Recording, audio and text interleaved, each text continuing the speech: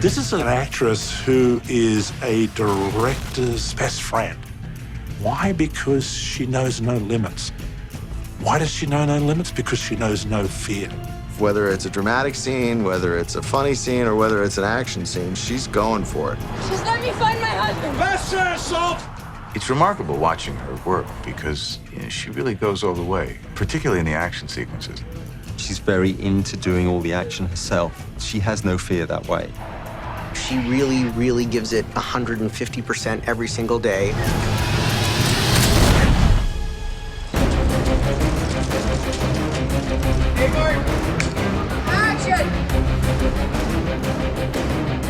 She and the chairman of Sony Pictures Entertainment had lunch a couple years ago, and she had offered her one of the lead female role in a Bond movie, and Angelina said, don't bring me the female lead in the Bond movie, bring me, a male lead. Like, I want to play Bond. We've tried to make it a bit Bond, a bit Bourne, and a bit Salt. She's pretty fearless. We've put her on the outside of buildings, we're dropping her off bridges, jumping off cars. She's getting the full run here. I don't think I've seen a movie like this where the woman really does kick ass. I've seen men do it, but I've never seen a woman do the things that Angelina does in this movie. And I don't know how she does it. She's committed in a way that not that many actors are. I love doing action movies. I've always loved to run and jump around and be physical. And so I got really lucky early in my career that I got offered roles where I could train for fighting. Angelina's a superstar, but she's afraid of nothing. She'll try anything. She never says no, only yes. The name of Soviet agent is Solт. My name is Evelyn Salt. Then you are a Russian spy. When Angelina started preparation for Solт, of course, she was just several months after giving birth to her two twins. So she had to, first of all, go through a whole physical reacclimation. It takes a lot of fitness to do the kind of things that you see her doing here in Solт. That involved her working with Simon Crane, who over many months prepared Angelina to a fitness level that she would need. On the different films I've been in, people kind of focus you on, you should do a lot of this, or, have an all protein, or on some Tomb Raiders, they said, you're not allowed to eat this, you're not allowed to have a glass of wine. And I've realized that if you're running around and doing as much as we're doing, just don't listen to any of it and eat everything you love. So no, I'm a bacon and eggs kind of person. Angelina's working every day. It was very difficult to get her, and often we had to get her on the weekends or when she wasn't shooting, which just makes everyone tired. So it's hard work all round. It's going to spill all over the back wall. We don't want it to go that way. So the teaser on the back of it. What we had to do is try to make her really physically tough. In the past, I've done some of the female action movies. They've been a little female and it's been nice, but that with her, we wanted to make her mean. And mean is usually not how a woman fights, but we decided that Salt was mean. She wanted a certain style, a more real action rather than, say, some of the Mission Impossibles or the old type of James Bond films. And so it's not as much that your kick can go this high, it's that your kick's low and it breaks somebody's leg. There's nothing flashy and there's nothing pretty about it. After all, she demolishes an army of opponents single-handedly, usually in hand-to-hand fighting, using a variety of techniques. In this film, we were looking for a different fight style for her. Because I'm a girl and I'm light on my feet and I'm very long, we naturally went to styles like Muay Thai, which is very kind of long and beautiful, but then we realized that it wasn't as practical a fight if you had to have face-to-face combat. We then hardened it up with like Krav Maga and a very brutal street fighting style. So she's got this combination of the two, and I think it's a good mix. It's a lot more energy. It takes a lot more physical energy to throw a bigger punch and throw your body into it. She's very good at doing it. I wouldn't want to come up against her, I gotta say. 3, 2, 1, action! What we're trying to do here is really put Angelina in the thick of the action. Simon Crane, who I've worked with for quite a few films. We have so much trust, so they can hang me off the side of a building or on a moving cart or anything, and I trust that I'm going to be safe so I can just play. It's like, what the hell do you do? Do you go forward? Do you go back? What do you do? I'm going to panic. Yeah. Each of the sequences was rehearsed over and over again, concentrating on each of the dynamic moves that Angelina would have to make in the movie. She's very game for everything. She trusts me, she trusts my team, and like if we say it's safe, she believes it, and it is. We put Solt's apartment on the 12th floor, and then I went out on the top of the building and looked down and said to Angelina, well, you know, I guess we'll film a blue screen plate and put you on a stage, and then we'll insert the drop behind you. And Angie turned to me and said, what do you mean? I want to do this. And I'm thinking, she wants to walk around the edge of a 12-story building. She wants to go from ledge to ledge for real. And I mean, I just looked down there and I felt sick. I tried to talk her out of it, but she wouldn't take no for an answer. And so 1 month later, there we are. There's Angelina Jolie, for real, not a stunt woman, without a net, with no blue screen. She's doing it. I had nightmares. I happen to like heights, and we found these moments where I can use that and play, and it'll look cool on film. She's very game with heights and has no fear, unlike most people. And she did pretty well. Stop! Down! On the ground! There's nowhere to run! One of the sequences involved Angelina leaping from one truck to another, eventually coming off, going onto a motorbike. Angelina's great. She's very game for this kind of stuff and really gets into the action. It's really good fun. All of the shots are with her on top of these various vehicles. There's nothing you can do to prepare for hanging off the side of a truck except just do it, have some fun with it.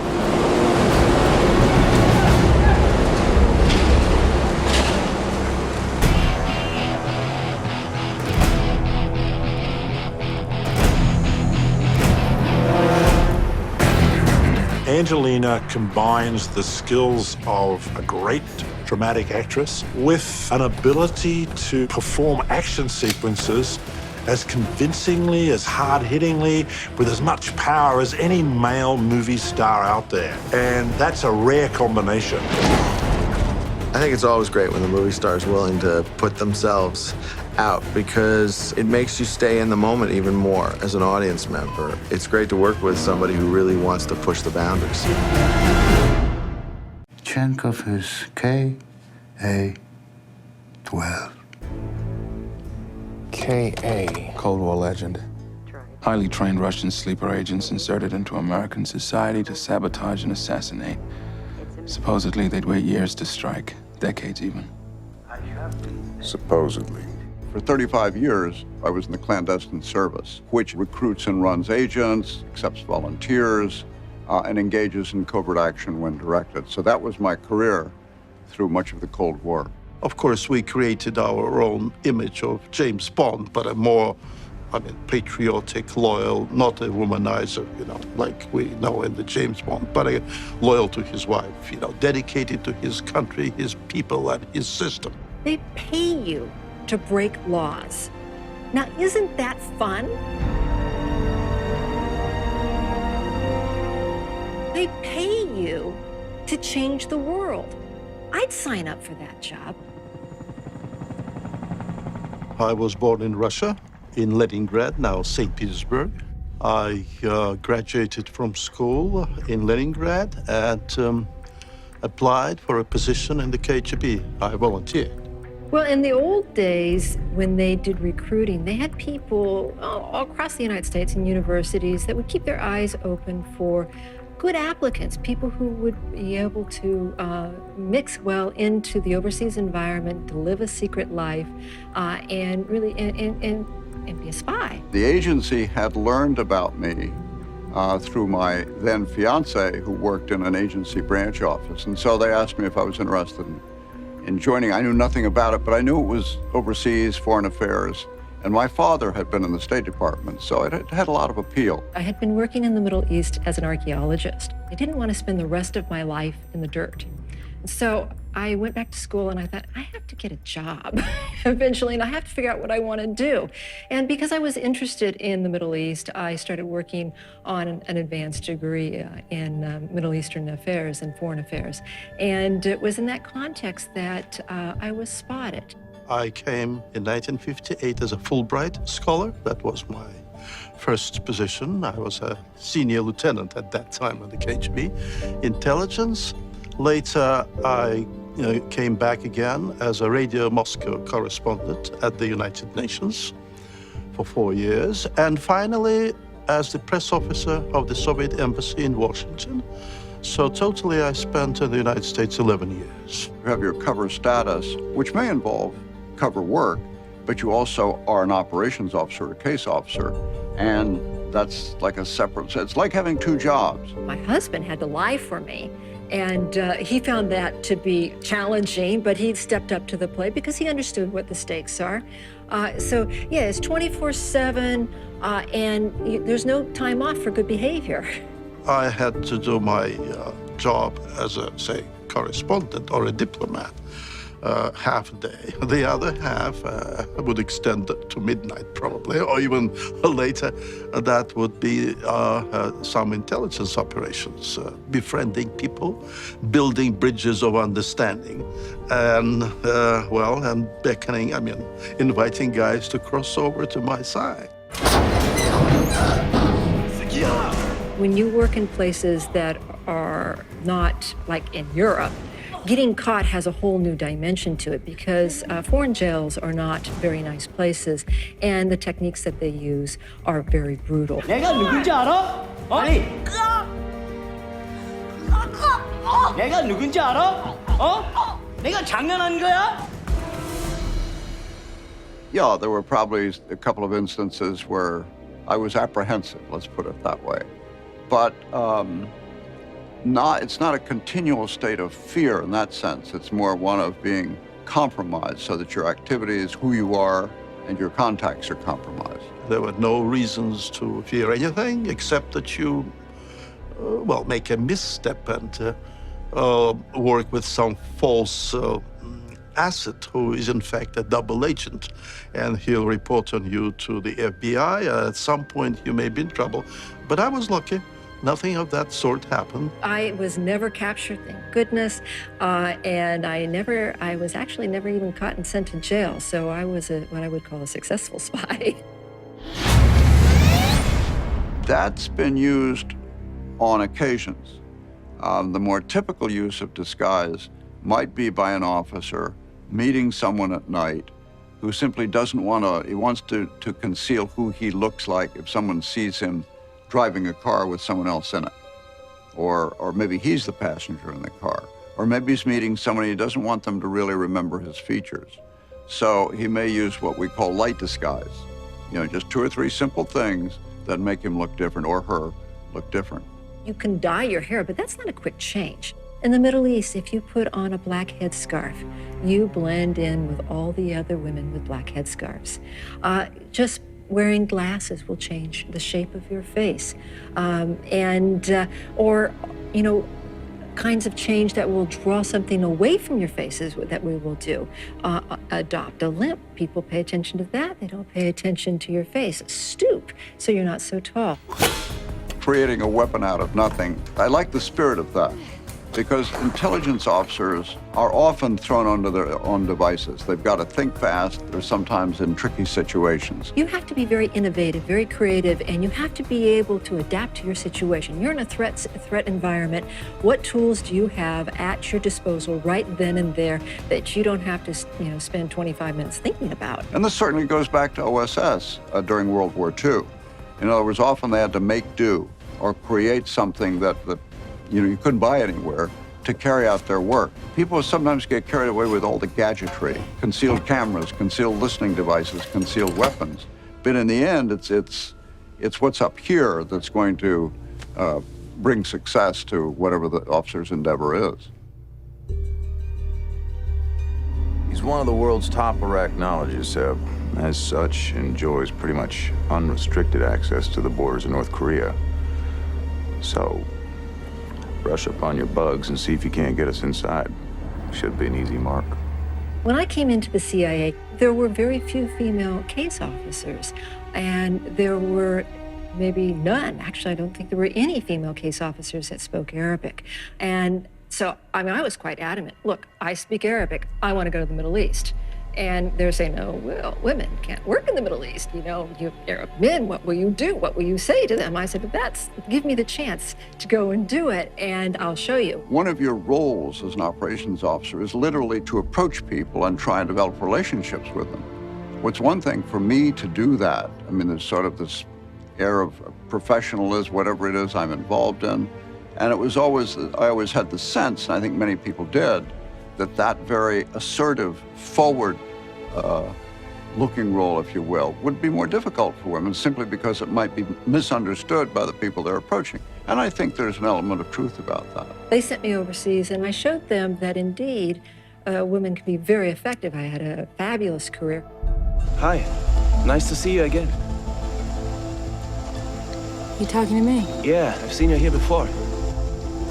Yeah, I do. I come here a lot. You? Women, because of their nature, may be seductive to men. And whether they want it or not, they are a major attraction. And sometimes they, as intelligence officers, they have a better chance to befriend someone than males. You know, males have to be, well, impressed with some other qualities, perhaps, but female have a natural quality to attract people. You're not safe with me. I don't want to be safe.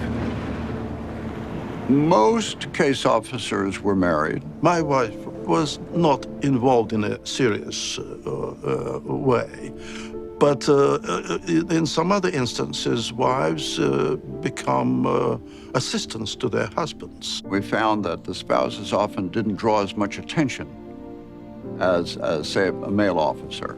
And so they could get away with more operational acts. Very helpful. It was very hard to be a parent and also to be a case officer. And there'd be times that I had a nanny. You have to give a nanny a day off. And so what do? You take your baby to your clandestine meetings. Well, I didn't do that, but I did something almost as bad. I had a very short turnaround meeting with Yasser Arafat, who was the chairman of the Palestinian Authority. And I had no nanny, so I had to take my baby. And I have one of these memories, I will never forget it, of Yasser Arafat bouncing my baby up and down on his knee while we're talking about security issues. One of the hardest things for me when I left the CIA was that no longer living in the secret environment, people would expect me to tell the truth. And I have to tell you, a well-constructed lie or cover or whatever is so much better than the truth. So I like to call myself truth challenged. My first inclination is not always the truth.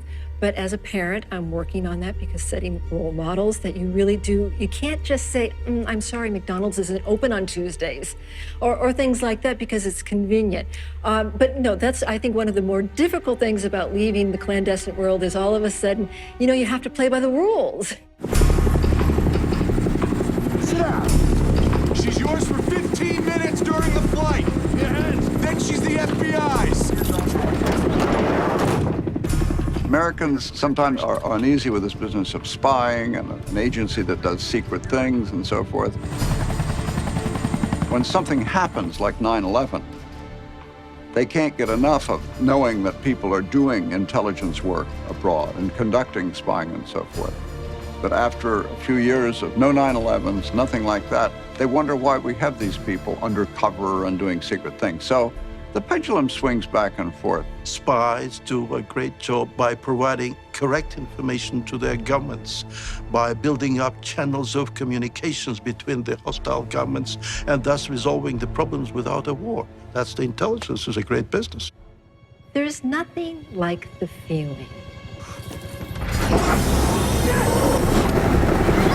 of stealing a secret that changes U.S. policy. Because you've had real-time impact. But you know what the tough part of it is? You can't tell anybody.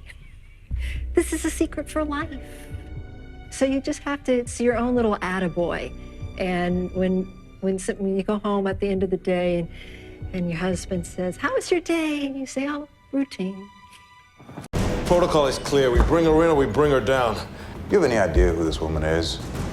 What she's done for this country? Does that mean anything to you? Should it? Real CIA women we met would have to find ways to alter themselves. And yet somehow those changes had to feel organic to what she's doing and what's possible. Step through, please, sir. And yet be strong enough that visually they're fun to watch.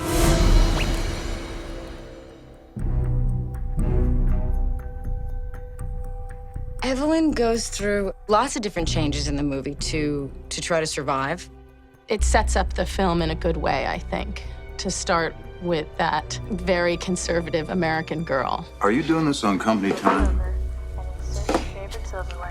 It's my anniversary, and I want it to be perfect. Angie and I arranged the blonde original look for Solт, a sweeter, softer, more innocent look. And then when Chenkov comes, it's such a contrast to Solт. When you suddenly have this dark-haired Russian spy. They're both the same length to start with. The idea is that she's dyed her hair. Yes, Miss Hernandez. There's another character. She's Puerto Rican. The Puerto Rican, yeah, well, that's just a hat. A lot of the people in the CIA say, well, we just pull our hair back and change our base color, or we just put a contact in. So we tried some looks just have contact and teeth, but everything else is kind of the same. We wanted to make sure it wasn't just, you turn around and she's got a whole new look and you don't know where it came from. So we've tried to kind of slow down and say, well, what could you easily morph into? You were the best of us. I was the least. There must be others. I think the hardest is the man. That's been the strangest. But I think we all had this idea that transforming into a man would be me with a mustache and some kind of like short hair. And it took everybody a while to realize we were going to need male stand-ins, and that the neck was male, and the hands were male, and the body was male, and everything became a totally different silhouette and personality and voice. I took some photos of Angelina and did the Photoshop design. That was kind of a design not to change her look too much, kind of based on herself, more like if Angelina was a male kind of look. These are appliances. Total of 8 pieces. Usually, like a male has a thicker neck, so I will apply this neck piece and also give her Adam's apple here. After that, nose goes on. She has such a female lips, so we had to cover it and make it look like a male. After that, we apply ears. We put this cheek piece, and this also changed her jawline and make it more muscular, and also changes her cheekbone shape too. Next will be a forehead. Am I getting nose hair? No. How much of a man am I becoming? You get like ear hair, nose hair. Nice. This forehead piece changed her eyebrow shape. It kind of bring down a little bit more and make her eyebrow a little more male-like. And this is the last piece we put on. This is the chin, kind of give a cliff chin. And after face makeup is done, Colleen will put this wig on her. The wig comes with longer hair and I cut it and style it. It was a sort of look that evolved that would be flattering to her and the most masculine without it looking too trendy and trying to keep it warm military. But also keeping it slightly longer for when it comes back as being a female again.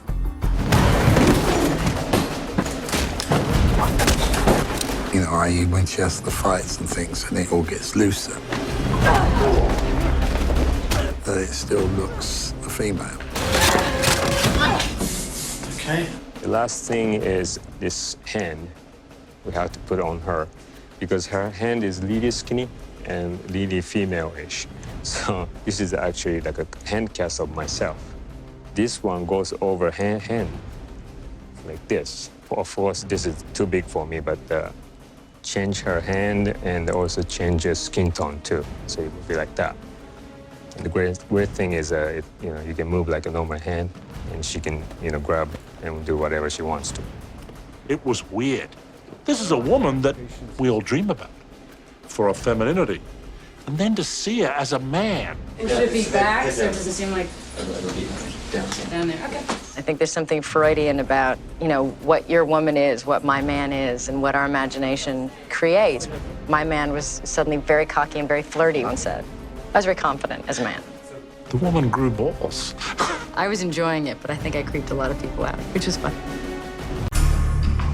You've got to draw on the collective unconscious, on audiences' fears. We're afraid of a lot of things in this world. There's probably more fear than there is confidence about everything, about assassins from political movements that maybe will do you harm. A master spy will travel to New York City to kill the president. Calamitous political events that are going to destroy your lifestyle. The Russians are deploying their missiles to the field. And that's been confirmed on the ground, Mr. President. Mr. President, I strongly recommend that we go from DEFCON 4 to DEFCON 2. Do it. So a successful political thriller combines all of these fears and turns them into an edge-of-your-seat story.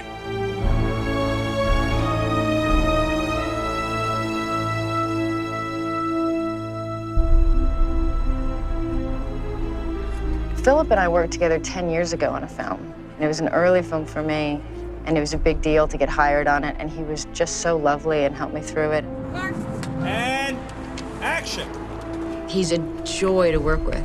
He's like that brother that you want looking after you and that you trust. And he's very thorough with his shooting. He's very focused every day. And when you think, I've lost track of my character sometimes, and he's reminded me of just the right thing to get me through every time. You know, he doesn't miss. He's very focused and on it as a director, and just a lovely man. Well, that's when that car comes around. So you should see it somewhere right kind of Yeah.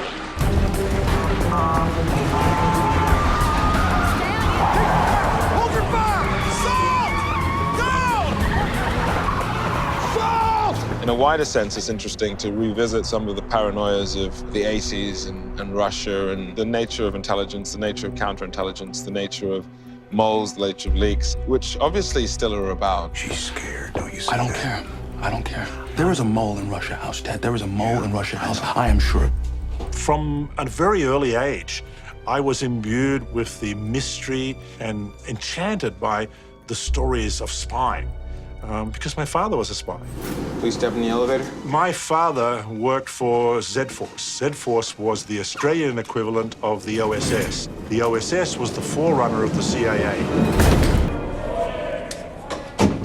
I grew up on stories of my father's omniscience, you know, the power that was given to him as a spy, the secret rendezvous, the training.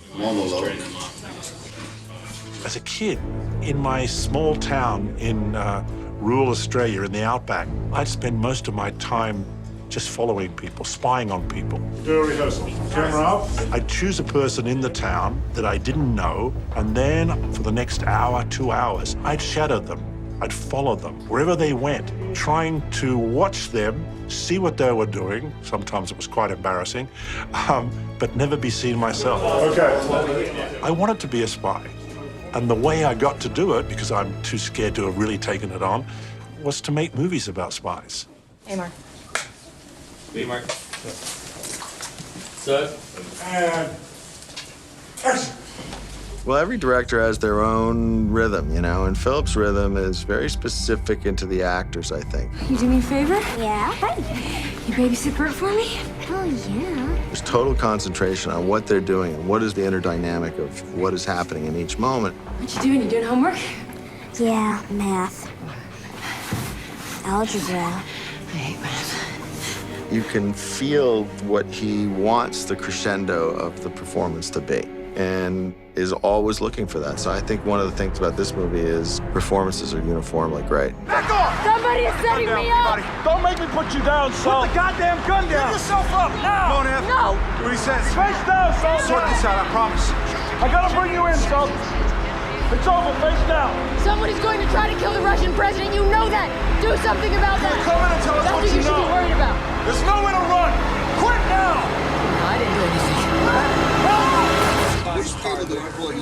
Working on this film was all about working with Philip Noyce, someone that both as an actor and as a fan of film and as a director, I really, really wanted to watch work. What we need to do is, as you go in, you gotta... Philip has an extraordinary passion, generates a huge amount of excitement, and gears that towards the project. You're gonna go straight.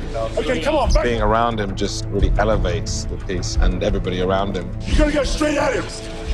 Right in his face, yeah? And don't be afraid of the camera, just straight into it. Back up, come on. And then go past him. Open it up, get back. Open it up. Move. Okay, take it easy. He is unbelievably passionate. In fact, knowing Philip back in Los Angeles before we started production, he was sort of the opposite. He sort of sat down, he was quiet, and it was almost amazing. It was like a Jekyll and Hyde thing where suddenly he's running all over the set, tons of energy, tons of passion, you know? Background! Action!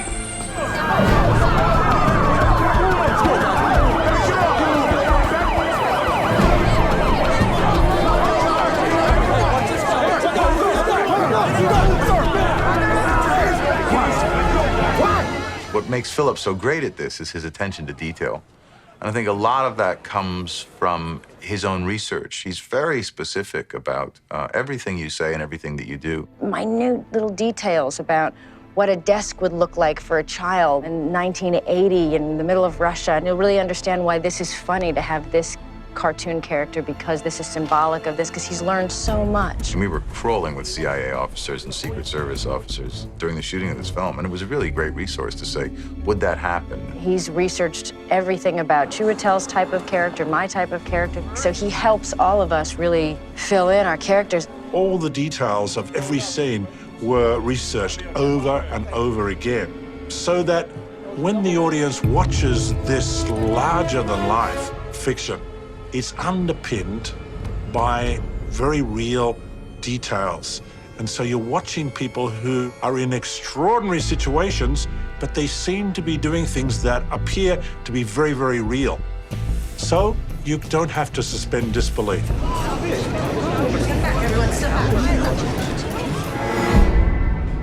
Are you talking to me? It's always interesting working with a new collaborator, finding what your language is. Philip's been doing his game for a lot longer than I have. He's got such a breadth of experience that I don't even touch. So it's kind of interesting to see, as a well-journeyed filmmaker, where his attention goes, as opposed to where I might think that it might go.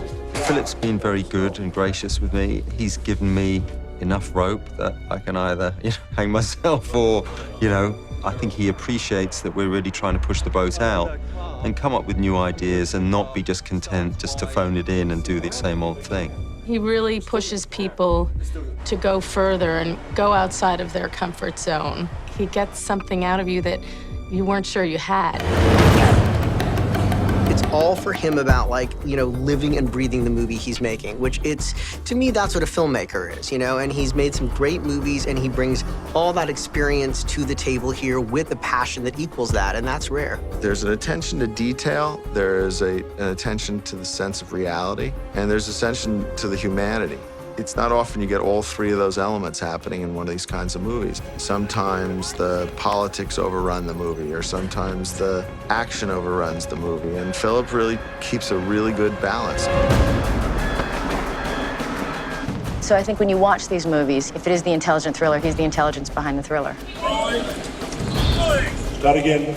I read a lot of extraneous news, the headlines, the salacious tidbits from gossip columnists, political news. We all do. It's an avalanche of information that greets us every time we wake up. And explosion!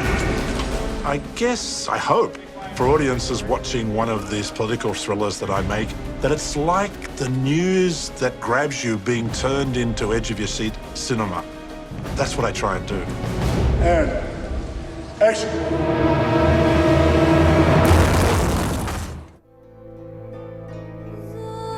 The genre of movie it's a reality movie. It's a thriller. You're not supposed to see the effects in this. If the effects jump out and become obvious, it takes away from the story. So our job is to really blend all these effects in seamlessly.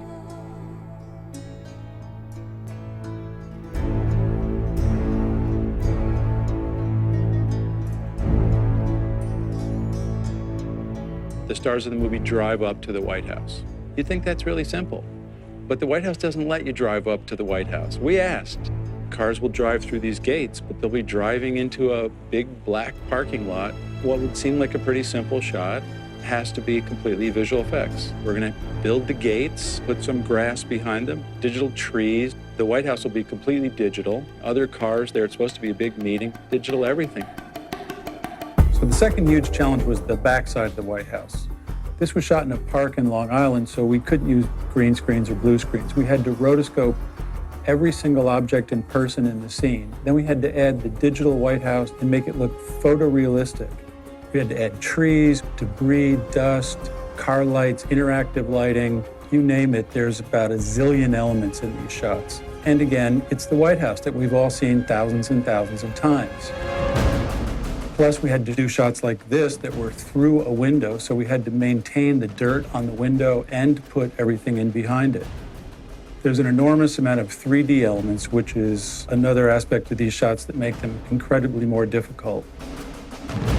And then, of course, one of the hugest shots in the movie for the director was the takeoff, which has Angelina leaving the grounds, and he wanted scope, which meant we had to add in all of Washington, D.C., and build every single vehicle, add every tree, and composite it in so that it looked real.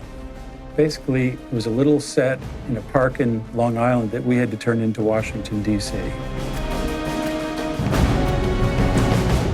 This scene had some practical explosion effects too, which is a great place for us to start.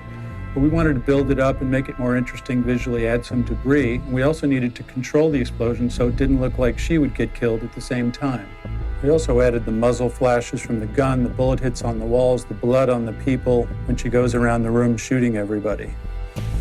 This is one of many shots we had to add a lot of elements to, especially people. This was shot in New York at St. Bart's Church. We had about 2,000 extras, but they don't cover much in New York City. So we added digital people of all sorts, police, bystanders, politicians, and we had to add the snipers on the roofs, a lot of vehicles, policemen. Then we had to change the church structure because it was under construction. Every street scene had to be amplified. This was the scene inside St. Bart's where the president of Russia falls through the floor. Well, the church members didn't really want us to blow a hole in their pulpit, so we built a separate stage set where we could drop the actor through a hole in the floor on wires, which we removed. And then we added a completely digital environment around him with 3D flooring, 3D rocks, debris, smoke, and then composited it all together and then added it back into the shots that we took in the real St. Bart's Church. And then we had to blend everything together into a seamless sequence.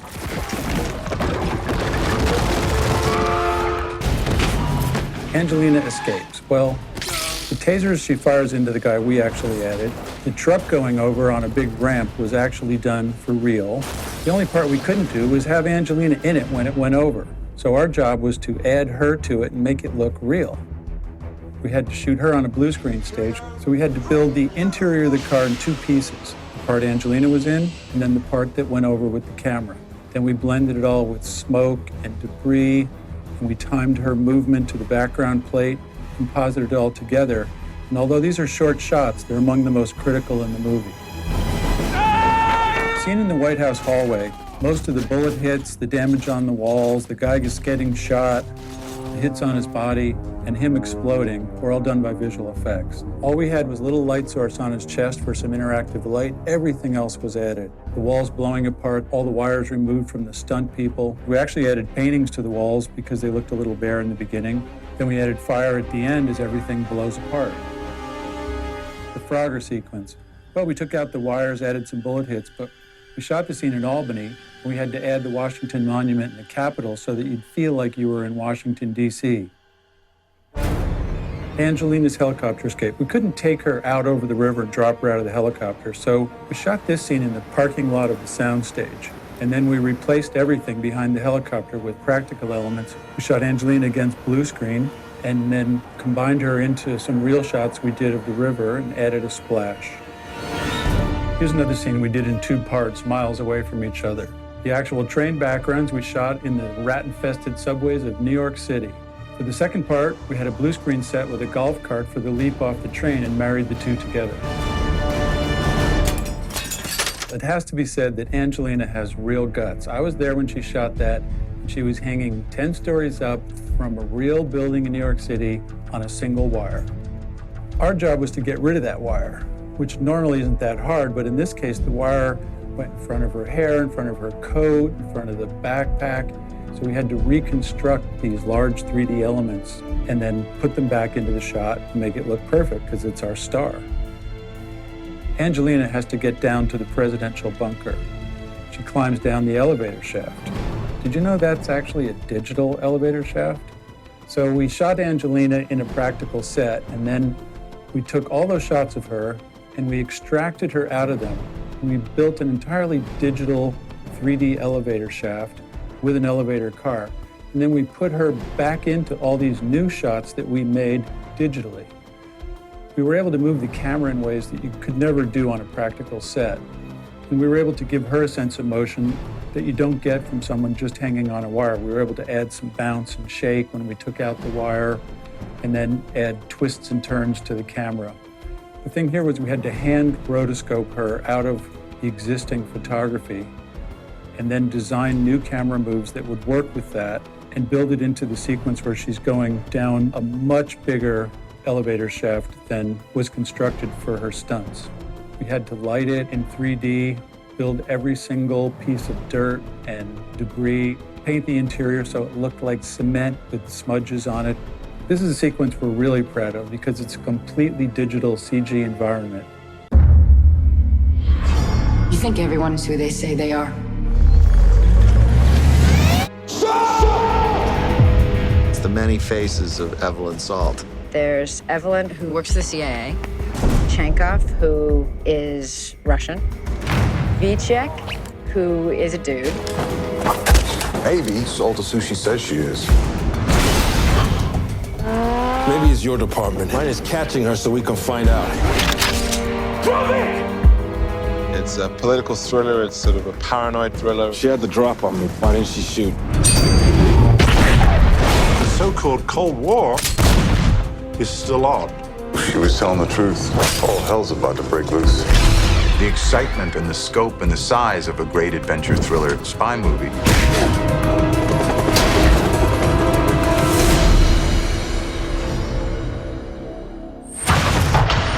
Quiet, you said. Trying to get away, you come through here. When I read a script, the first thing that I ask myself is, do I want to see this movie? And that depends not only on the story, but on the characters. Angelina Jolie plays, in effect, two people. But they're the same person. How can that be? And in reading the script, that's what intrigued me. She's eastbound on 10 Cornwall. Salt is about a spy in the CIA's clandestine service. It was originally written for a man. I think we all thought it would be a lot easier to just, kind of switch John to Jane and move on. I thought it would be relatively, not easy is the wrong word, but I didn't think it would be nearly as hard as it was.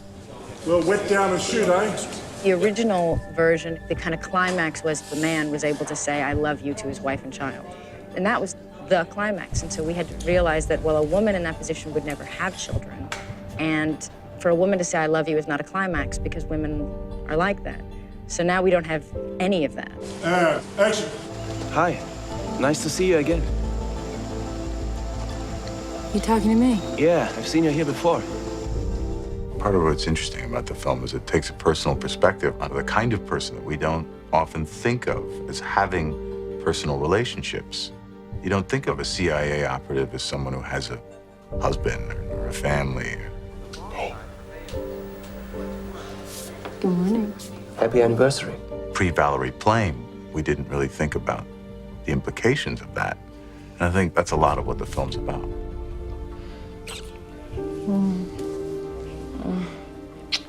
Get your bugs off the table. They're spiders. They're bugs.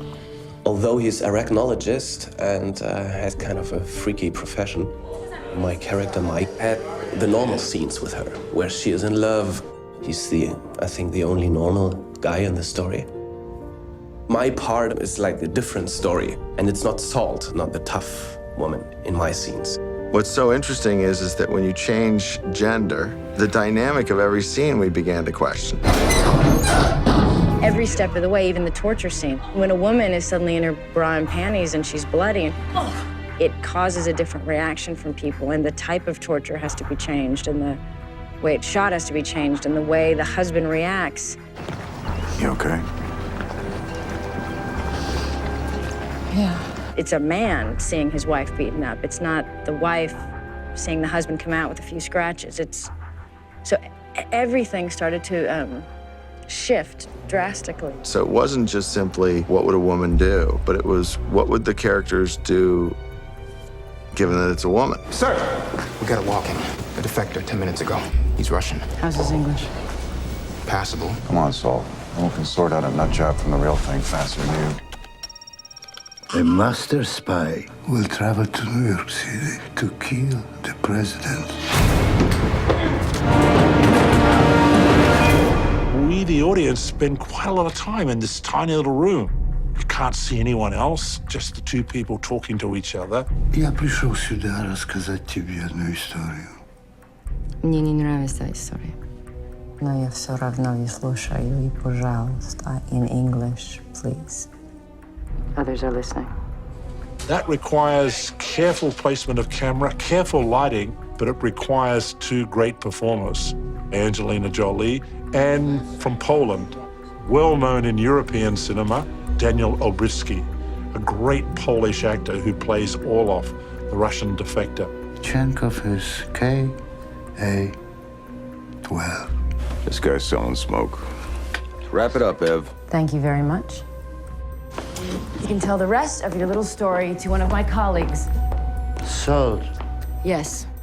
The name of the Russian agent is Solt. Evelyn Solt. My name is Evelyn Solt. Then you are a Russian spy. Is she this patriot who's being set up and wrongfully accused, or is she created by Cold War Soviet Union to, like, destroy America? 3, 2, 1, go.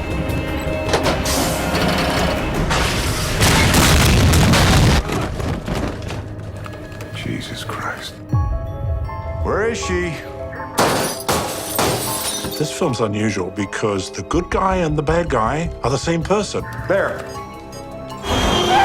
The heroine is also the villain, and that's Evelyn Solt herself. Back that up and zoom in. Freeze. What the hell are you doing there? Action! Let's go! Come on!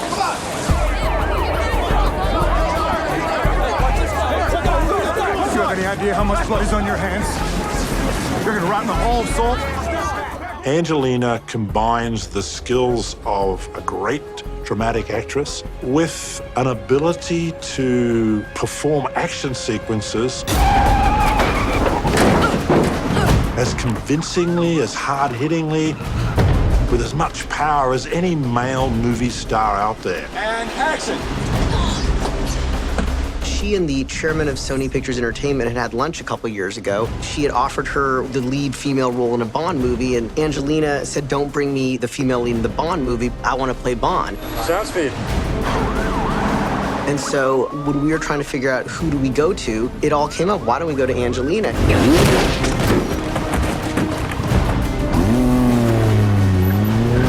I love doing action movies. I got really lucky early in my career that I got offered roles where I could run and jump around and be physical, train for fighting, and just play.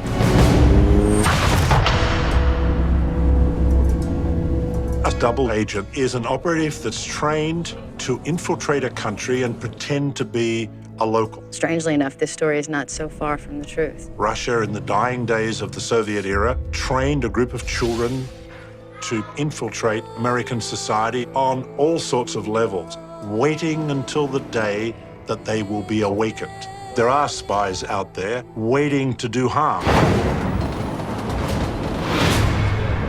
Certainly the Soviet Union was very good at placing people into other countries, including our country, and just having them dormant for a period of time. There are guys who work for the so-called illegal network. They still exist. They sneak in as foreign citizens. They burrow themselves deep into the fabric of our society. You would never even know that they had any association with the Soviet Union. They settle in the country and look for jobs. The eventual goal is to penetrate some important federal agency, State Department, the FBI, the CIA. Their intentions are not to support, but otherwise to undermine the community. The reality is we typically don't know who they are. We'd want to believe that they're not there, but we can't afford to be that naive. The phenomenon of people within our own society having an allegiance to something outside is very real, and we see instances of it today. And of course, it was all in the news. Spying from Russia increased after the Cold War, not decreased. They didn't stop. You know, the CIA still believes there's one inside the CIA. Over the water cooler, it's one of the CIA discussions. Half the people will say absolutely not, and half the people will say absolutely yes. Ready? And 3, 2, 1, action. Evelyn goes through lots of different changes in the movie to try to survive. You, Street. I'll tell you when to stop. Real CIA women we met would have to find ways to alter themselves. But we wanted to make sure it wasn't just, you know, you turn around and she's got a whole new look and you don't know where it came from. So we've tried to kind of slow down and say, well, what could you easily morph into? The blonde look was a sweeter, softer, more innocent look. Where it belonged, darker one. Looks a bit more menacing, if you like. They're both the same length to start with. The idea is that she's dyed her hair. Yes, Miss Hernandez. Some looks just have contact and teeth, but everything else is kind of the same. Step through, please, sir. The man was the hardest. Mainly because I think it made the crew so uncomfortable that it was really weird. It was completely weird. This is a woman that we all dream about for her femininity. And then to see her as a man. That was kind of a design which is not to change her look too much. It's kind of based on herself and make it more like if Angelina was a male. It became really fun. I think there's something Freudian about what our imagination creates when we kind of put ourselves there and how we feel as, you know, my man was suddenly very cocky and very flirty with all the girls on set. That was me as a guy. Why'd she run? Oh, I don't know, because you were going to lock her up. Maybe her husband isn't some real danger. Maybe, God forbid, Solta is who she says she is. There are a lot of dramatic moments in this movie, much more so than in a normal action thriller. So we were always eager to find some really great actors to put opposite Angie. For instance, Liev is a master actor, classically trained, done a lot of theater work all over the world. Liev is really a very precise actor and very aware of every nuance, and he's added a lot to several of the scenes he's involved in. He is one of the actors that doesn't just sit back. He puts a lot of work in, and we knew when he came in that he was going to make his character better and stronger, and he has, so it's been great. I was very excited to work with Liev, and we've been able to throw things in, to change things up a little bit, to sort of really get under the skin of these guys. Do you have any idea who this woman is? What she's done for this country? Doesn't that mean anything to you? Should it? Chiwetel, he's a theater actor. I've done some theater as well. You know, with actors like that, you know, it's easy to develop a shorthand with, and it's really fun to work with. All teams, southbound toward the bridge. He makes it seem very effortless. He's one of those actors. He's just got an elegance about him, and yet he's very strong. He just naturally has that presence. He's got an intensity to him as an actor. It's pretty amazing. There's an intensity to his performance that is so graceful. And I think people are going to fear for Evelyn as he's chasing her. And action. Stop! Go! On the ground! No! Stop, no! Hey, back! Last chance! Back off! Somebody is setting me up! Don't make me put you down, Solta. Put the goddamn gun down! Give yourself up, now! No! Reset. Face down, Solta! Sort this out, I promise. I gotta bring you in, Solta. Quit now! I didn't do this.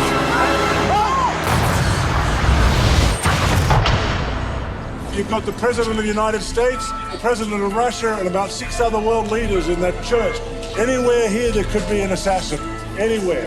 So you've got to keep your eyes out, okay? Philip Noyce, our director, is what I would call just a true filmmaker who wants the best in everything he does on the movie. We're going to see all the way over here. What that means is that you can have a very long lens over there, getting this action. Okay. I always wanted to do a film like this, a more serious action movie that wasn't really an action movie, was more of an intense thriller, and really took the meeting because I heard Philip was possibly attached. My father worked for Z-Force. Z-Force was the Australian equivalent of the OSS, the forerunner of the CIA. I grew up on stories of my father's omniscience, you know, the power that was given to him as a spy. If your girl tries anything here, it'd have to be pretty amazing. I wanted to be a spy, and the way I got to do it, because I'm too scared to have really taken it on, was to make movies about spies. Organ means that a sound is coming from the organ pipes located behind, up there, and up there. Now the floor begins to rumble. At first you'll be looking around, and then you'll be reacting to what seems to be an explosion beneath you. What you'll do on a cue is stand up and run. Philip has an extraordinary passion and generates a huge amount of excitement. Explosion! You watch him while he's watching the monitor, he's squirming and jerking and acting along with you. Logan, stand! And explosion! And explosion! Working on this film was all about working with Philip Noyce, someone that, as an actor and as a fan of film and as a director, I really, really wanted to watch work. When you watch these movies, if it is the intelligent thriller, he's the intelligence behind the thriller. Where'd she go? Most movies within the first act will have a multitude of locations. This film's unusual in as much as the first act all takes place in one building. Our production designer, Scott Shambliss, had to create an environment that was constantly entertaining and revealing and tense, and yet looked like it was just an office building. Kill the power to the elevator doors. Did the TV series Alias with J.J. Abrams. We got her. 3.5 years all about spies and government buildings and secret underground bunkers. All right. Get a tactical team to meet me on the south stairwell. Yes, sir. The gravity of the story is much different, but the circumstances are quite similar. This movie in particular was an interesting challenge to find what I haven't already mined. There's an art to making things that seem real appear dramatic at the service of storytellers and the service of tension and drama. There, interrogation room, bring it up. Even though they're in a series of rooms inside an office building, you want them to feel as though they don't know these rooms, they haven't seen everything, that there's always another view that takes them by surprise.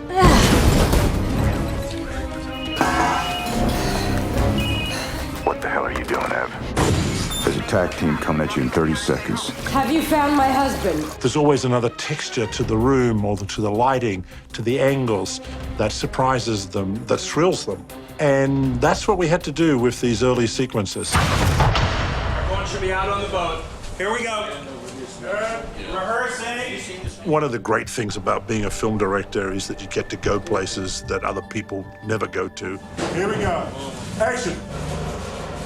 In this movie, I think the most extraordinary location was the ship boneyard, a ship graveyard on Staten Island. And cut. Cutting. Okay, so now we can do the POV. This was chosen as the location for Orlov's headquarters. Orlov, the Russian defector, it seems is running some sort of criminal enterprise. A ship boneyard, a ship graveyard, is a place where ships have been laid to rest. Vessels from New York's past, whether they were ferries, tugboats, PT boats from the Second World War, large and small vessels from the last 90 years. There's a landfill area nearby, within eyesight, and there all of the debris, the unclaimed remains from the 9/11 attacks were taken and buried. So it's a weird place for a variety of reasons and very, very photogenic.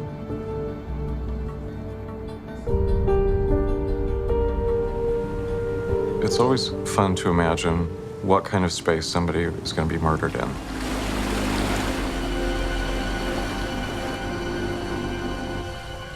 It was a very confined space, but I had broken up the visual plane into lots of different framing devices so that it felt like there was a lot more going on, that it was perhaps a bit deeper of a space, both lengthwise as well as depth. You won't hear from me again, my daughter.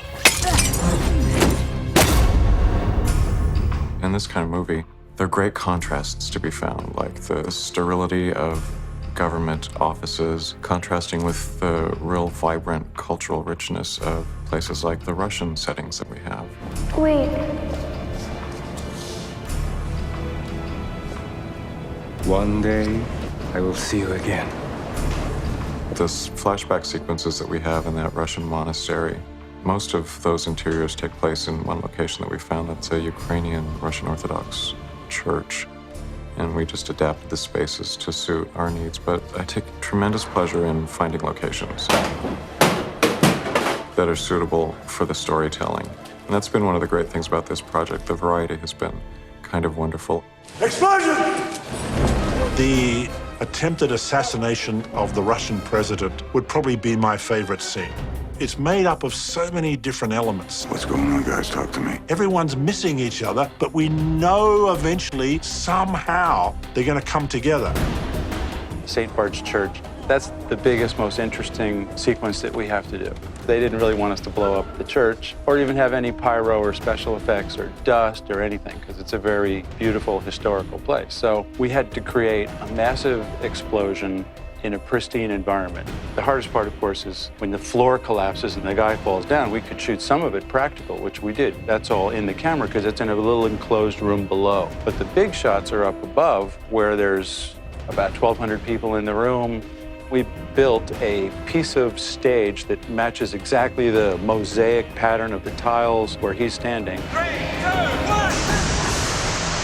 And then we're basically going to paste that in to the real church.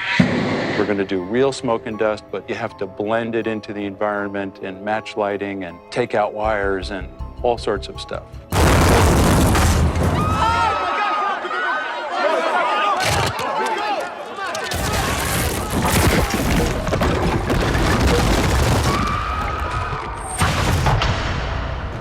Once I get a script, obviously the action is written, but sometimes it just says an epic fight ensues, and you think, oh dear. What we had to do is try to make her really physically tough. We went with this combination of Muay Thai, which is quite graceful, but hardened it up with Krav Maga, a very brutal street fighting style. It's not as much that your kick can go this high, it's that your kick's low and it breaks somebody's leg. For me, it was just a case of setting Simon free with the story and then getting out of his way. Simon, I think, is extraordinary when it comes to character work, and that's, I think, is why he's one of the best stunt coordinators, because he tailors the stunt to the personality. We did a sequence. She escapes from police custody. It involves her tasering someone, and she's using their head to steer the car and using the taser to actually control the speed of the car. It culminates in her jumping off this bridge in the SUV.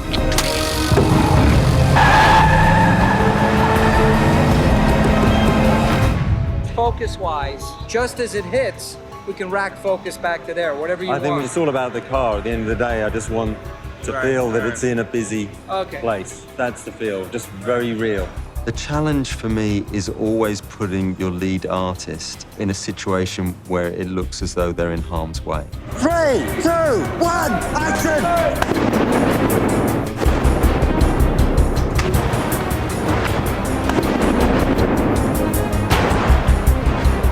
We did this great shot inside the SUV as it's plummeting towards the ground with her inside it. And it really, we're not going to send the star of the movie over the edge of the bridge, so we'll be shooting her on a separate stage. But it's not like it's going to be that simple of a shot for her, too, because we have to have some kind of impact. We have to have airbags going off. Roll, please. So remember, guys, really fast with it. Here we go then. 3, 2, 1,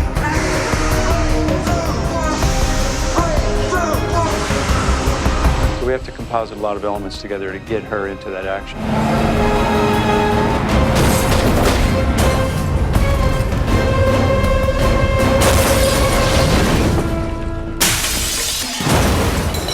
This is an actress who is a director's best friend. Go! Because she knows no fear. We put Solt's apartment on the 12th floor, said to Angelina, we'll film a blue screen plate, put you on a stage, and then we'll insert the drop behind you. And Angie turned to me and said, what do you mean? I want to do this.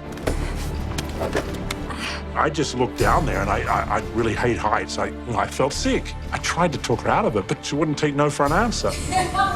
I have a great team that work with me, and they've worked with me on several films, and we just go through everything meticulously, every fine point, making sure this is rehearsed, this is tested. Can you give me a little more, guys, so I can stay up? I happen to like heights, and so we found these moments where I can use that. I trust them so much with their rigs and their harnesses that instead of being scared, it's like working with the circus for a day. You get to play and everybody else is worried about your harness working, but you get to just jump outside a building. That's our job, to make it safe. Stuntmen, there is somewhat a risk there. Sometimes the nature of the job is you're getting paid somewhat to take a risk. With the artists, everything needs to be tested, rehearsed, and planned accordingly. I had nightmares. One of the sequences was shot in Albany, and it involved Angelina leaping from one truck to another to another. Any good action sequence keeps upping the ante. The amazing thing is that Evelyn Solt does all this, and yet you still aren't sure. Are these the actions of an innocent person who's just determined that she's not going to be caught? Because the only way she's going to prove who she really is to remain free. As each jump becomes larger than life itself, more and more impossible, you start to think, hang on, maybe these are not the actions of an innocent. And that's the beauty of the sequence. The action is character defining, or in this case, character demolishing, because it defines her determination to get away, but at the same time, it demolishes in part her innocence because she's so athletic.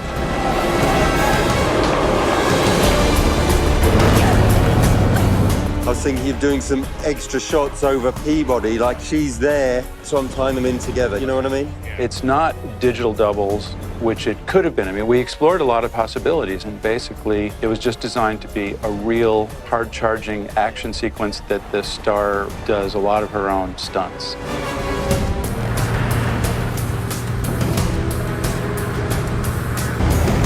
I might just do some shots just going off wheels, you know, whether it's sweeping in, moving up over the driver onto her, you know, and coming down. Whatever we can dream up that's going to look good.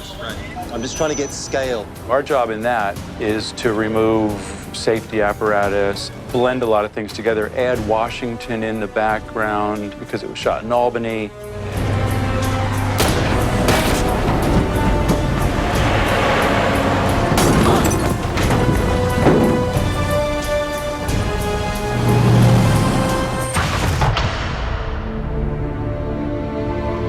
Philip has always kept me on course in terms of taking the audience into her, you know, being with her as a character. So it has another dimension just than a chase or action movie because she is a complex character. So I think Philip is always trying to keep the excitement alive, but also maintaining our perspective and making sure that our emotional point of view is always very clear.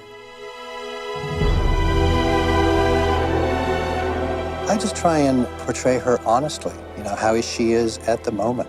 She's a wounded character who has done some very great things, but a lot of people die in the process. She's unstoppable.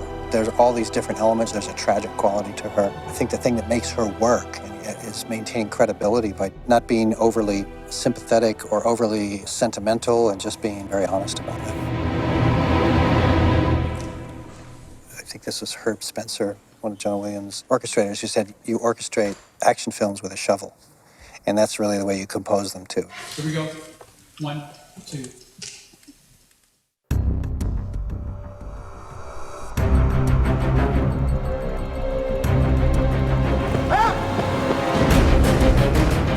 There's pretty much an 8-minute sequence. You know, it goes from the foot chase to the freeway chase. You start off at 98. You have to take it up to 180 or whatever it is, but you just have to continually amp it up, and that takes a lot of work. There she is. All teams, southbound, toward the bridge.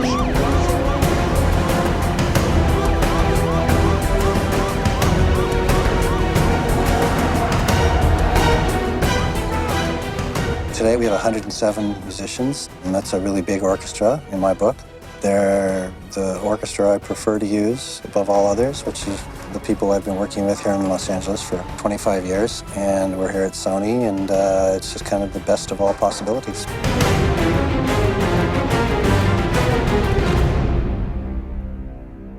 I'm good there. It's a very fast-paced, highly entertaining, very interesting look at a situation. It is an act of war, and we will respond. It's like the news that grabs you being turned into edge-of-your-seat cinema. It's a thriller, it's an action movie, it's a spy movie. You just want to do something that hasn't been done before. And I think we have.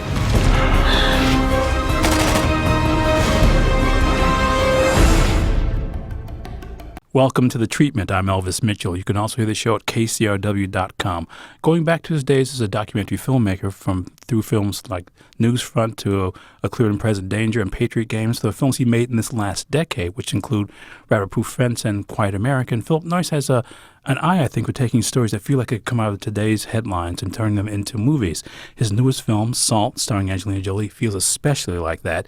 It starts with a prisoner exchange that could have been taken right off CNN. First of all, Phil, thanks so much for coming back. Pleasure to be here again. You do still kind of train a journalist eye on the stories that you do. They all feel like they could be, to some extent, almost documentaries if they weren't, in fact, fictional pieces. Well, of course, the story of Salt, which is the story of a CIA clandestine operative played by Angelina Jolie, who plays Evelyn Salt, is the story of a woman who is accused of being a Russian sleeper spy. And of course, up until about 2 weeks ago, when people saw the movie, they would have said, come on, you're kidding. This could never happen in the real world. Of course, weeks ago, 11 alleged Russian spies were arrested in New York City. And some of them looked and behaved just like Angelina's American spy in Salt. Of course, she's accused of being a Russian spy. Got to go to the movie to see whether she really is. But yeah, you know, in all the movies that I've made, I've always sort of gone back to research to try and give the actors and the texture of the movie a basis, a foundation. So in this movie, you know, we spent months researching not only the subject of sleeper spies, American sleeper spies working in other countries, Russians working here, all nationalities sleeping in each other's countries, but also all the details of the film. The prisoner exchange that opens the film, of course, is between North Korea and the Americans. And that prisoner exchange was actually choreographed by one of the extras who turned up. And I asked all the extras to put up their hands to see if anyone had had any military experience so he or she could teach the others how to march. A guy puts up his hand and says, yes, but also I was a guard at the border between North Korea and the demilitarized zone. And so we got talking, and then I realized that here was my mole, my research subject, and he appears in the scene, but he also choreographed all of the details of the prisoner exchange, which is very, very accurate. And, you know, I think in a film like Salt, which has, well, a fantastical story, many serpentine twists and turns, is a sort of a roller coaster, popcorn summer movie on the one hand, but because of all that, you sort of need to ground the audience and ground your characters and ground the story in minutiae that's realistic. And that's what we tried to do. But it's also that moment, and generally it comes about a third of the way into the film, but it starts here, the moment where your protagonist is completely exposed and vulnerable. It's happened in almost every film you've done since Newsfront. Is that right? Yeah. Okay. Isn't that the Hitchcock formula? You know, you're introduced to a character, you get to know them, you empathize with them, and then something goes wrong, and all that you've been introduced to is put into play, is put into question, and the rest of the film is them resolving that conflict. There's that almost always that point of the bloody but unbowed depiction of the protagonist in your films, you know, sort of beaten down but had not quite given up. And that you started the film with this one I thought was really interesting because you've been away from making these kinds of movies for about 10 years. We put that scene at the beginning because that's not the turning point of the story. Sure. The turning point happens about 20 minutes later when the Russian defector comes in and says he's got some information and tells an elaborate story of a KGB program to train sleeper spies by allegedly by taking children from right across the Soviet Union and her colonies, such as the African colonies, Angola and so on, Cuba, and sending them to a training camp where from infancy they will be trained not to be Russians, but to be Americans or members of any other country that they plan to send these people to. And about 20 minutes into the movie, the Russian defector reveals the name of one of these particular deep cover spies, and he says the name of that spy is Evelyn Solт, and of course that's the character played by Angelina Jolie. It's The Treatment. My guest is director Philip Noyce. His new film as director is Salt. I just wonder if you felt to some extent because Quiet American, Catch a Fire, Rabbit Proof Friends, films you've been here talking about in the past, have been films you talked about initially just how you were surprised to find your way into them. And was it a surprise to you to find your way doing this too? I mean, well, I've always been interested in spies, and that's because my dad was a spy. He worked for a Z Special Force, which was the Australian equivalent of the OSS. Oh my gosh. So in the 50s and right through till his death about 4 years ago, I was entertained by stories of sabotage, of camouflage, of subterfuge. He always said to me, the greatest weapon in the world is not any military weapon. The human being is the greatest weapon. And these were stories of fighting behind the Japanese lines.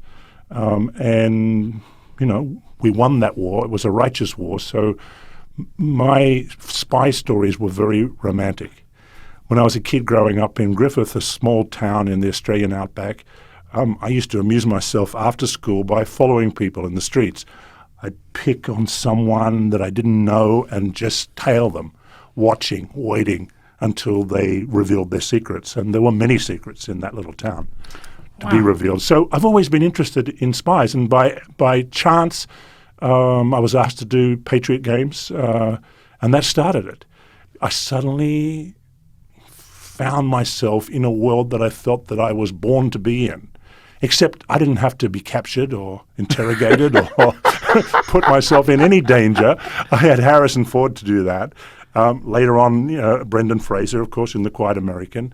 And now Angelina Jolie is my spy that I can spy through.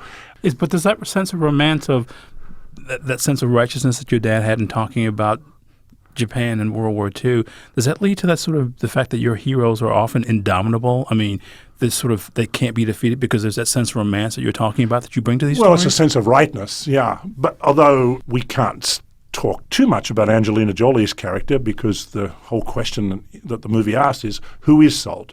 And by the end of the movie, you'll realize that Salt doesn't necessarily know the answer to that either. That's exactly. I mean, basically, I thought you started the movie with her being let out of the prison and being tortured because you want us to be as much in the dark about this as she is, as much, in fact, as her husband is about this.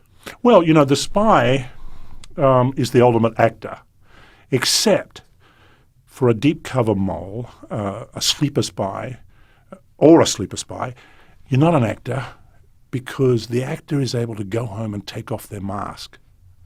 The deep cover spy has to keep the mask on 24 hours a day. And that's you asked me, how did I find my way into this? Well, I found it in not just because of those stories of my dad, but because also for about 15 years, I've really been fascinated with the subject of sleeper spies. The question that I've always asked, and in some ways, the accusations that are leveled at Angelina's character in this movie gave me a chance to investigate that question of, okay, you're prepared from childhood to be an American, even though your parents are Russian. You go to America, say, in your teenage years, and then you're put to sleep for 15, 20 years as you work your way into American society, up a ladder, wherever it is, in government, in administration, in the armed forces. And then finally you're called to duty. But what happens if you've actually become an American and not a Russian? And that question's always fascinated me. The process of indoctrination, how you produce Pavlov's dog in a human, and then what happens on that day. By the way, let me say it's the treatment, I guess, the director, Philip Noyce's new film as director is Sol't. People who have followed the publicity for Sol't might have seen that there's a game, an online game called Day X exists. And Day X is the day in the film, and it seems like it's just the invention of Kurt Wimmer, wonderful Hollywood screenwriter, but it's not. It's real. Day X was the day designated by the KGB where all of the illegals, that's what they called the sleeper spies, would rise up. And on that day, when war started between the Soviet Union and the West, that would be the day on which the sleeper spies would rise up and commit acts of biological warfare, assassination, and destruction of various things in their host countries. Basically destroying the infrastructure of the country. Exactly. It's all real. And what you see in Sol't, what we've seen with the alleged 11 spies in New York City, is the tip of the iceberg.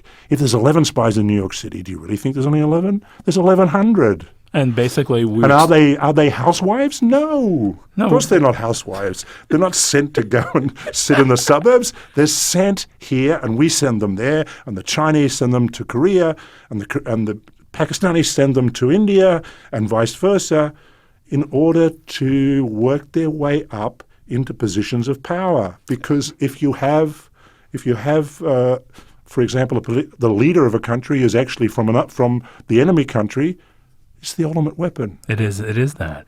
But it's, as we talk about this, this idea of the human as a weapon and being tested could have been your last 5 films. We could be talking about The Bone Collector. We could be talking about Rapid Proof Fence. We could be talking about Catch a Fire. We could be talking about Quiet American. I mean, that line of that person being a weapon and how that person is being used as a weapon and how much that person can stand to be tested as well. I mean, finally, for you, so often it's a question of physical endurance of test. And I wonder if that was a part of those stories that your dad told you. It was a part of the stories, because his stories were about endurance, about operating behind the lines, improvisation to survive. Fear of being captured as well? Fear of being captured and killing. I know you must have had, in fact, we talked about this, I know you've had other studio offers in the last 10 years. What made you decide to do this one? You know, I went back to Australia after Bone Collector, which of course I did with Angelina just over 10 years ago. I thought I'd had enough of the studio system, and I had. I made The Quiet American, Rabbit Proof Fence, and then went to South Africa to make Catch a Fire. I love making those movies, and all that time I employed a wonderful assistant here in Los Angeles while I was away. She had a great job because her job was just to read scripts. And eventually, finally, in 2007, after reading for 5 years, she sent me an email and said, I found one. And it was Sol't. I read it and I realized that she was right. And it was worth that 5 years of Beatrice working for me to find it, because here was a story that I really connected to. And I connected to it because of the themes that run through it and the things that you've spoken of. It was it seemed to be the film or the story that involved all the elements that I'd been interested in all my other movies. No matter how you did the film, this idea of someone who's accused of being something and then has to go on the run, and then the movie becomes an investigation by others and herself about her true nature. That fascinated me, because it seemed like a new way of telling a story. A story that, in fact, if you hadn't come up with these other ways around it, it might have felt a bit too familiar, mightn't it? Yes, exactly. It's The Treatment. We'll be back with more of my guest, Philip Noyce. His newest film as director, of course, is Sol't. More to come. Stay with us. Welcome back. It's The Treatment, which you can also hear at kcrw.com. My guest is Philip Noyce. His new film as director is Salt. You've been so many different places. It's almost like you've used this as a way to sort of explore the world for yourself, too. You've traveled so much in doing these films. But so many times I've returned to Washington, D.C. during that time. Really? For research, yeah. Okay. On all the movies about spies. Uh-huh. But I don't choose the films because of the location. I choose the film because of the investigation that it offers me. But in the last 10 years, you've done films. You've done in film in Australian Asia, outback, Australia, in South Africa. I mean, back in America. And then back here. But it makes me wonder what was like when you came on, you signed on to do Patriot Games the first time you went to Washington. How much? Okay, here's where that comes from, though. It comes from the tent shows that came to my small country town. And I may have told you the story. I've got a dim memory of telling you about the worst circus train that came to town. Well, this is great. So I love this story. Please tell it again. Well, before television, which came to Australia in 1956, but not to my town until 1963 when I was 13. There were the tent shows that came through. And the most wonderful circus was Worth's Family Circus, because they came on a train. And my town was at the end of the line. So the train would come in and all the workers would get out and they'd erect the big top. And I'd just go down there and hang around and look into the train. Down the back were the workers who were, erecting everything, and they lived sort of 18 to a carriage, sleeping on a Hessian bag. And up the front were the Worth's family. And there they had silver service and wonderful bedrooms with four-poster beds and everything on the train. And I'd get up there and look in the window and say, you know what? I want to do this. I want to get on the train. I want to travel with these people. I want to pitch that big top. And I want to put on a show, and I want to be able to be the ringmaster. I want to be the guy that says, okay, bang the drums. Okay, put the spotlight on, and now here comes the clown, and now here comes the acrobats, and here's the elephants. I wanted to be that guy, the one in charge. But mostly I wanted to get on the train. And that's what I did. I left that town, and I'm on the train, and I pitched my tent, and I put on a show. But we're all like that in the movie business, really. The most creative are at heart just good old-fashioned tent showmen. Angelina's like that. She makes money, but you know what? The heart of her motivation is to put the show on, to connect with the audience, to give them their money's worth, to have them roll up. And that's, I think, what makes good filmmakers. It's storytellers and showmen. And by filmmakers, I mean actors, writers, directors, cinematographers. We're all filmmakers. I think we actually talked about this the first time you hear it, that sense of tribal belonging that, and in a lot of senses, too, these movies you made have been about tribes, these really sort of intensely connected sort of social groups that have very specific rules, and if those rules are violated, you're cast out of the group. That's true. There's that case of somebody being thrown out and having to figure out who they are by virtue of being cast out. And some part of that must be a kind of a romantic thing to you, too, is it not? Well, it's also growing up in Australia and watching some of the divisions there. How do you mean? Well, particularly between black and white. Okay, sure. Again, in my hometown, black Australians lived on the reservation outside of town. So they were in their own group, and white Australians didn't really mix with black Australians. There was an unofficial apartheid. Yeah, basically until the 70s, which is more of a rather and then I went to Sydney to boarding school. No, not boarding school, to a boarding school, but I didn't board. But it was an all-boys Church of England private school with a very strict code of behaviour and a sort of a club atmosphere. And did you feel a part of that club? No, I didn't. I never felt a part of the club. I always felt like the outsider. You're listening to The Treatment, which you can also hear at kcrw.com. I'm talking to Philip Noyce, the director of the film Salt. But we haven't talked since you did the pilot for the Showtime series Brotherhood. Yes. Which I thought was one of the most evocative and powerful pieces of storytelling I'd seen on TV in a long time. Oh, thank you. That was due mainly to Blake, a masterful writing. It was also due to the courage of Showtime at the time, back in 2006. You know, The Sopranos changed everything in American television, and that series is a perfect example. It was already slated to go up to Toronto and be one of those cookie-cutter sort of Canadian shows that basically is nowhere. Is set nowhere. I went up to Toronto and they already had my office with my name on it all set up there, and they said, "Okay, you're going to shoot this series in Canada." And I said, "Well, look, why don't we just take a little trip down, down to Massachusetts or New England and to Providence and just have a look around and see what we can find that might inspire us, some of the real locations, the real people." The Sopranos showed that American shows couldn't be shot across the border, that in fact Americans were looking for the very fabric of American society in the movements of their characters, in the accents, that people were responding to this, and they didn't want this fake world. They wanted America on screen. And we went down to Providence, and there we met a guy called Steve Feinberg, who'd just become the film commissioner. And he took us to see the governor and sort of said, "Guys, we hatched a conspiracy. We've got to talk this governor into introducing, some sort of subsidy. And you've got to tell him that Hollywood's going to come." And so we went to see the governor at the governor's mansion and said, "Okay, if you'll bring in legislation, we'll bring this series here. We'll convince Showtime." Rhode Island introduced legislation that started a subsidy. It was then copied in Massachusetts. It's now all the way down the East Coast, and of course it's ricocheted. I mean, they weren't the first to do it, but they were the first on the East Coast to do it. Point of my story is that series was great because of Blake Masters writing and because Showtime saw the light and let us shoot it where it was set in Providence, Rhode Island. So it had this extra reality.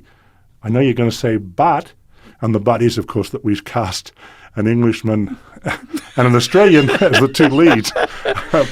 Jason Isaacs and Jason Clarke. And Jason Clarke. And you were saying how the reason you cast Jason Clarke was?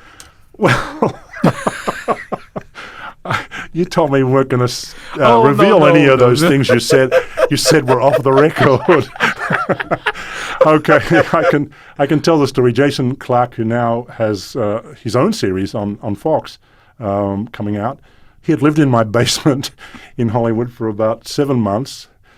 And, the truth is I thought I'm never going to get him out of the basement unless I send him in to audition for this part, which he did do. And I wasn't there. I was over in Australia, and Blake Masters rang me up and said, "That guy, your friend, he's perfect. We're going to cast him." I said, "What? Who?" It's The Treatment. My guest is director Philip Noyce. His new film as director is Salt. You got me wondering now. I mean, having had, I think, a really exciting career and making a lot of really interesting choices over the last decade, what you feel like you want to do as a filmmaker now. I mean, because you've kind of had a world that you made for yourself.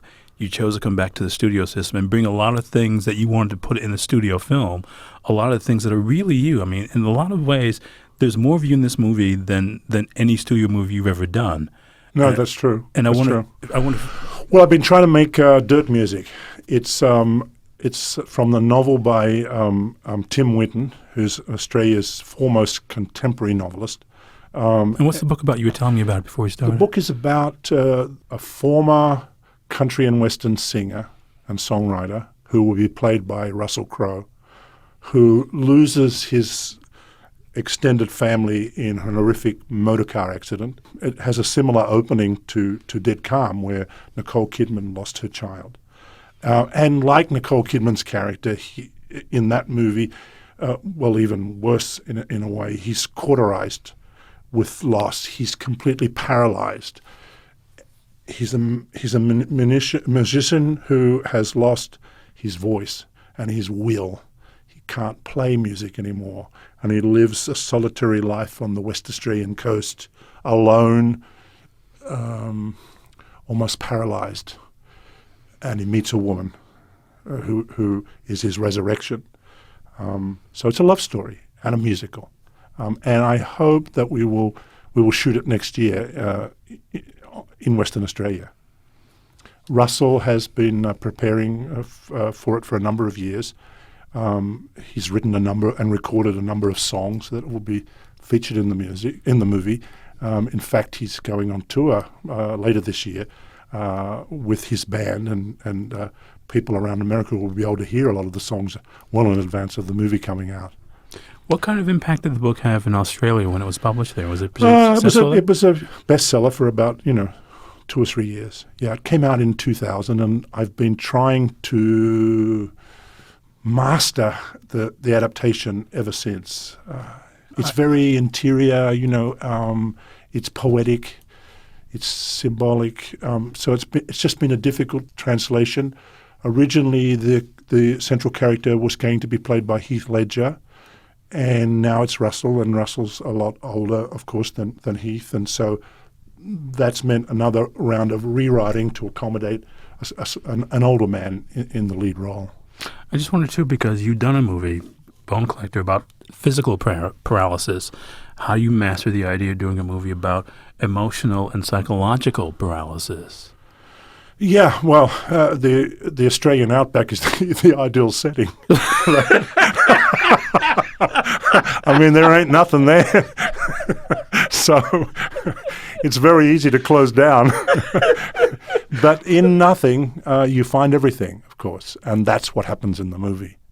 Well, Russell's character eventually finds that the smallest things, the ants, the leaves blowing, the wind, becomes music, and that's where he finds his music again. It's because you use scores in the movies a lot, not songs very much. Songs composed for a movie. Right. Yeah, but this one will like the Irish film. What was it called? Was it Once? Yeah, beautiful film. Sure. Songs play an integral part in the storytelling of dirt music. Because I thought finally having a movie with all original songs in it must feel like one of the things you've not done yet. That's true, although Catch a Fire had a lot of songs which were freedom songs. Yeah, but those are songs that those people lived by. Yeah. They weren't songs that people... I mean, but they composed them during the anti-apartheid movement. Yeah. So... But these will be songs that... This is basically you're making a musical now in a lot of ways. We're making a musical, yeah. Which, again... Except it's a musical about a guy that has lost his ability to play or sing or write music. And now I see why it was so difficult to do. But you feel you kind of got this in place, though, now. You're basically ready to go. No, we're still working on the script, and we don't have a dime. Well, you came to public radio is the perfect place to come to if you don't have a dime. I exactly know what that's like. But we've got an actor, we've got a director, we've got almost finished script, and we've got the Western Australian coastline waiting for us.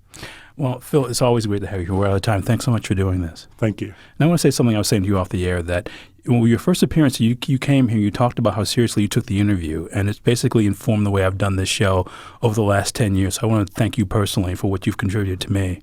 Thank you. Oh, no, my pleasure. My guest is director Philip Noyce. His new film as director is Solт. Our technical director at KCRW is Mario Diaz. Bob Carlson is the editor. If you have questions about the show today, and I'm sure you do, go to kcrw.com/thetreatment. Gemma Dempsey is the producer. I'm Elvis Mitchell. It's The Treatment.